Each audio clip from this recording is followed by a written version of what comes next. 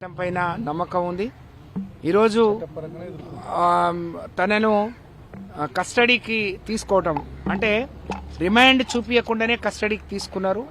నిన్న శుక్రవారం, ఈరోజు రేపు కోర్టు ఉండదు, కానీ కావాలని పట్టుకొచ్చి తను వేరే ప్రయత్నం చేయకుండా ఒకవైపు సుప్రీంకోర్టులో కేసు ఉన్నప్పటికి కూడా దాన్ని 19వ తారీఖు నిన్ననే కేసు ఉంది.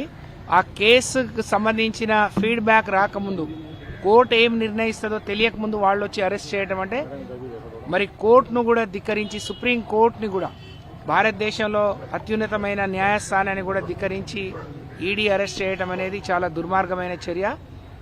దీని ద్వారా బీజేపీ కానీ లేకపోతే కాంగ్రెస్ బీజేపీ కుమ్ముక్కై బీఆర్ఎస్ పార్టీని, కేసీఆర్ని బలహీనపరచాలని చేస్తున్న చర్యలుగా మేము భావిస్తూ ఉన్నాం. ప్రజలు గమనిస్తూ ఉన్నారు. మీరు ఏదైతే అక్రమంగా అరెస్ట్ చేసిందో దాన్ని అన్నిటినీ కూడా రాజకీయంగా ఎదుర్కొంటాం, వ్యక్తిగతంగా ఎదుర్కొంటాం. నిర్దోషిగా కవిత గారు బయటకు వస్తారు. దీంట్లో ఎలాంటి అనుమానాలు లేదు. ఒకవైపు బీజేపీ పార్టీ వాళ్ళతో పొత్తు కుదుర్చుకుంటే, వాళ్ళతోనే రాజకీయంగా కలిసి వస్తే కేసులు ఉండవు.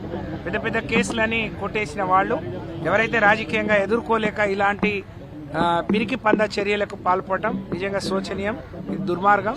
దీన్ని అన్ని రకాలుగా మేము ఎదుర్కొంటాం. న్యాయస్థానం పైన విశ్వాసం, నమ్మకం ఉంది. ఖచ్చితంగా పోరాడి గెలిచి తిరిగి ఆత్మవిశ్వాసంతో తిరిగి వస్తామని చెప్పి తెలియజేస్తాం.